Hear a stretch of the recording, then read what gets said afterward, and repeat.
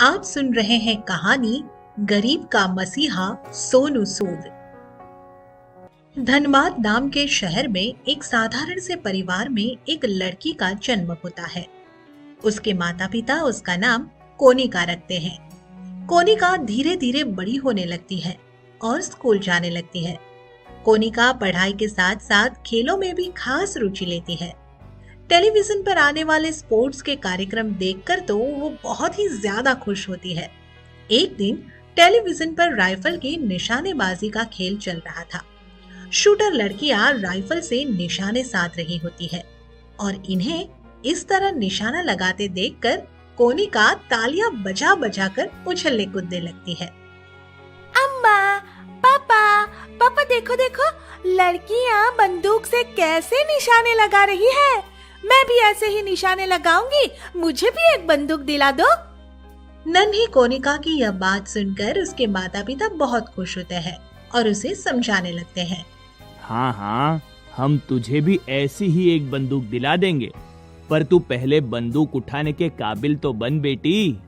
मेरी नन्ही सी परी, जब तू बड़ी होगी ना तो हम तुझे जरूर ऐसी बंदूक दिलवा देंगे। पहले तू बड़ी तो हो जा। उस दिन के बाद से कोनिका पर बस निशानेबाजी की धुन सवार हो जाती है और वह तरह तरह से निशानेबाजी सीखने की कोशिश करती है। वह कभी किसी ऊंची चीज पर कोई बहुत छोटा सा खाली डिब्बा या बोतल रखकर उस पर गुलेल से निशाना साधती है, तो कभी कोई और तरीका अपनाती है। मेरा निशाना सही लगा। तुमने तो एकदम सही निशाना लगाया है कोनिका। देखना, एक दिन तुम सबसे अच्छी निशानेबाज बनोगी। इस तरह कई दिन बीतते जाते हैं और कोनिका बहुत बड़ी हो जाती है।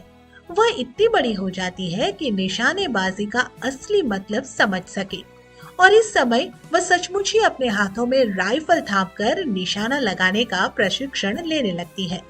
उसके कोच और उसके सभी दोस्त उसकी निशानेबाजी का लोहा बांधते हैं। इसके साथ ही सब उसे आगे बढ़ने के लिए प्रोत्साहित भी करते हैं।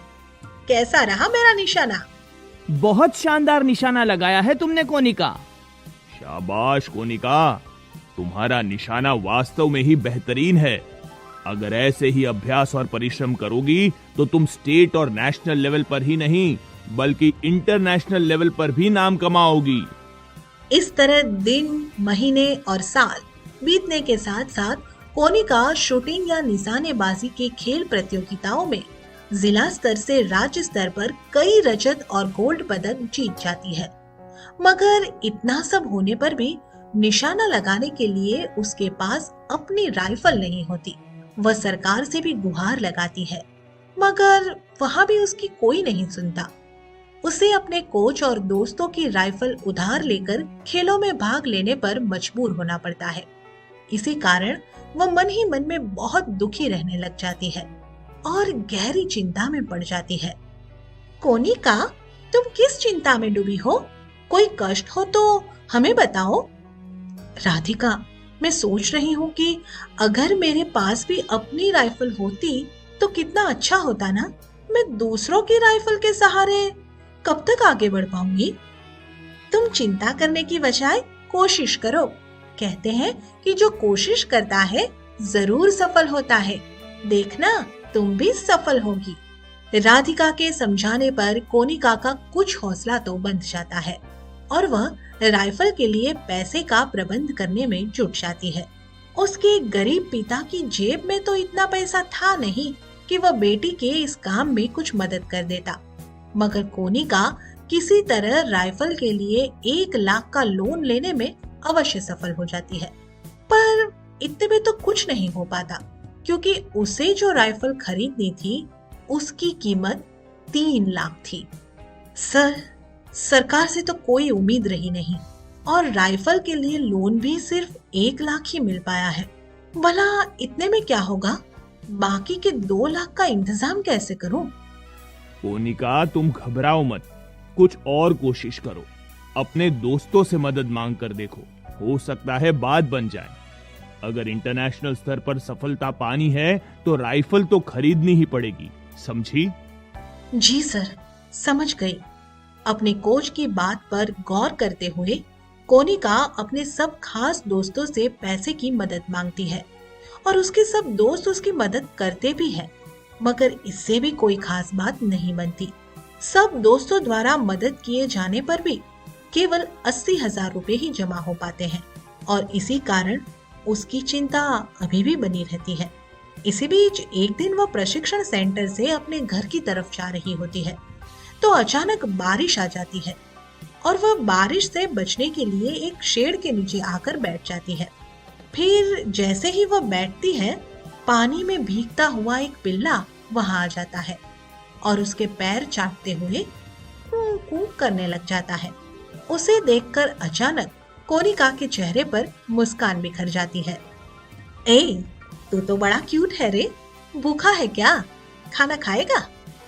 ये कहकर कोनिका अपने बैग से टिफिन निकालकर उसमें से रोटी लेकर पिल्ले के आगे डाल देती है।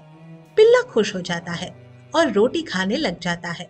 फिर वह मजाक मजाक में पिल्ले से कहती है, अरे सुनना, भगवान से मेरे लिए प्रार्थना करना कि वे मेरी समस्या को हल कर दे। हो सकता है कि भगवान तेरी बात मान ले। कोनिका पिल्ले से ये कह ही रही होती है कि तभी उसकी नजर अखबार के एक टुकड़े पर पड़ती है। वह झट से अखबार उठा लेती है और उसे पढ़ने लगती है। फिर उसकी नजर एक ऐसी सुर्खी पर अटक जाती है जो बॉलीवुड के मशहूर अभिनेता सोनू सूद की चैरिटी सूद फाउंडेशन के बारे में थी। इस सुर्खी को पढ़ते ही कोनिका को लगता है कि शायद यह अभिनेता उसकी मदद कर सकता है। बस दिमाग में जैसे ही यह विचार आता है, कोनिका तुरंत अपना फोन निकालकर इस अभिनेता को ट्वीट पर टैग करके अपनी समस्या लिख भेजती है और फिर जैसे ही बारिश थमती है, प्रसन्न मन से अपने घर की तरफ चल देती है। तू तो बड़ा लकी निकला रे, हो सकता है अब मेरी समस्या का हल निकल आए। अच्छा, अब मैं चलूं? उस दिन के बाद दिन रात और सोते जागते कोनिका को बस यही इंतजार रहता है कि कब सोनू सूद की तरफ से उसे कोई जवाब मिले। इस इंतजार में कई महीने बीत जाने पर आखिरकार उसे उधर से यह आश्वासन मिल ही जाता है कि जल्दी आपकी समस्या का हल हो जाएगा। यह आश्वासन मिलते ही कोनिका की खुशी का कोई ठिकाना नहीं रहता। शायद भगवान ने मेरी सुन ली, अब तो मुझे भी राइफल मिल जाएगी। सोनू सूद से आश्वासन मिल गया है। बड़ा भला आदमी है ये अभिनेता। ये सिनेमा का ही नहीं बल्कि जीवन का भी असली हीरो है। अब तो तुम इंटरनेशनल लेवल पर कामयाबी पा सकोगी। उसने बोल दिया है तो समझो अब तुम्हें जर्मन राइफल मिल के ही रहेगी। ऐसे भले इंसान दुनिया में ढूंढने पर ही मिलते हैं कोनिका। इस घटना के कुछ दिन बाद ही कोनिका के घर सचमुच जर्मन राइफल पहुंच जाती है और जैसे ही यह कोनिका के हाथों में आती है, वह खुशी से पागल हो जाती है। उसकी आंखों से आंसू निकल आते हैं। भगवान, सोनू सूद को बहुत लंबी उम्र दे ताकि हम जैसी गरीब बेटियां भी जीवन पे कामयाबी का मुंह देख सके। तुम ठीक कहती हो बेटी, जो काम हम गरीब न कर सके इस हीरो ने कर दिया। ये तो फरिश्ता है गरीब और जरूरतमंद लोगों के लिए। कोनिका की खुशी देखकर उसके दोस्त भी बहुत खुश होते हैं और सब सोनू सूद की महानता को सलाम करते हुए कहते हैं, इस असली हीरो को हमारा एक बार नहीं बल्कि लाख बार सलाम कोनिका। अब तुम ओलंपिक में गोल्ड मेडल जीत कर दिखाओ ताकि हम सब तुम पर गर्व कर सके। उसके बाद जब कोनिका इस असली हीरो का आभार प्रकट करते हुए ट्वीट करती है, वह लिखती है कि सर, मेरी राइफल मेरे पास है, सारा गांव आपको दुआएं दे रहा है।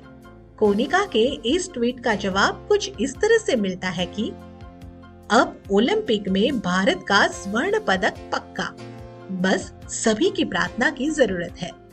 ऐसे ही मजेदार वीडियो के लिए सब्सक्राइब जरूर करें और घंटी दबाना ना भूलें।